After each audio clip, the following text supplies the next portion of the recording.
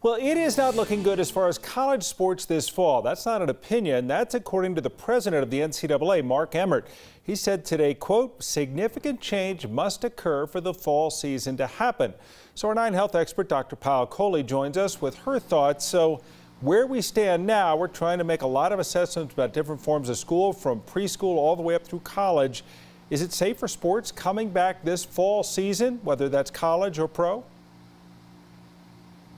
So, Tom, I have to agree with the assessment that sports can come back, but they will look very different from what we're used to. And Dr. Fauci has said many times there are measures that we can take to safely bring back sports. The nice thing about sports teams is that they're naturally separated into little pods or cohorts, so contact tracing is actually much easier. But let's talk about what could look different with respect to sports and how we can think about bringing sports back safely. So the first and probably most important thing is test, test, test. We've been saying this all along in the pandemic. You have to test very frequently, whether that's once a week or multiple times a week. It just has to occur. And then the second is really follows from the first.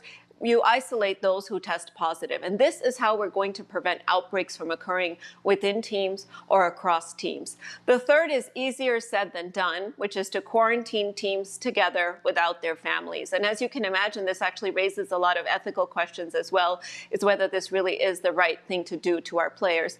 And then the final one actually also breaks my heart, which is that no fans are allowed in person in the stands. Cardboard fans are okay, but not real people fans. And that's, again, to keep the players safe and also to keep the fans safe, but also begs the question of the culture of sports in general. Is it really going to be the same if we can't have fans in person? Yeah, it's a big difference between college and pro sports. Professional athletes, some of them getting millions of dollars, you know, that's a different thing altogether. The backing they have. College athletes are out there trying to keep their scholarships. So you talked about testing. There's a shortage. There's a backlog. Testing is slow. Some people are saying that many athletes shouldn't be getting all the tests that they are getting so frequently. Is there a way to work around that? You know, there are people saying that, and it's a valid point, but I think pool testing, which we've talked about a little bit, is a really great solution to that. And it actually works exceptionally well for surveillance testing, where the probability of the test coming back positive is low and the individuals getting tested are negative. And remember, pool testing, again, is instead of testing each player individually, you would pool samples from 10 different players multiple times a week and test all 10 of those samples together using only one test kit. And if they all come back negative, you know that team is negative. But to the point you made earlier, I also want to add that especially for college athletes and also for pro athletes, not playing for a whole season medically could lead to severe deconditioning as well, and it could impact their ability to return to sports in later seasons. So a broad question about players who have tested positive, they have come back and recovered or tested negative. Are they safe to return to play? And is that a signal to us that you can only get COVID-19 once, something like that? Is that becoming a fact? Yeah, this is a really important question, and there's two things to think about. The first is the risk of the player to others if they had tested positive and recovered.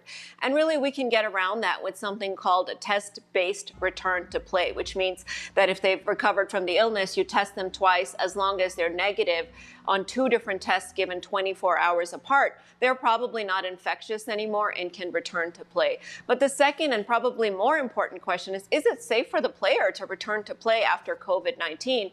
And the reason I raise this is because we know that this virus can affect the vasculature and the heart. In fact, the American College of Cardiology has actually issued restrictions to return to play based on how severe your illness was. So if you had asymptomatic illness or mild illness, they actually want you not playing for 2 weeks even after you've recovered.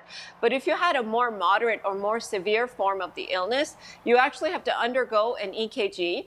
And if there's any abnormalities on the EKGs, you'll need blood work, an echocardiogram, a visit with a cardiologist, and potentially, as you can imagine, it could change the trajectory of your ability to play at all. So many young athletes think they're bulletproof, and so many fans are in a hurry for it to come back, but it really does become a case where we need to err to the side of caution and make sure we understand fully what we're talking about when we talk about these athletes returning and students in general returning as well as far as college sports. Dr. Kohli, always insightful. Thank you.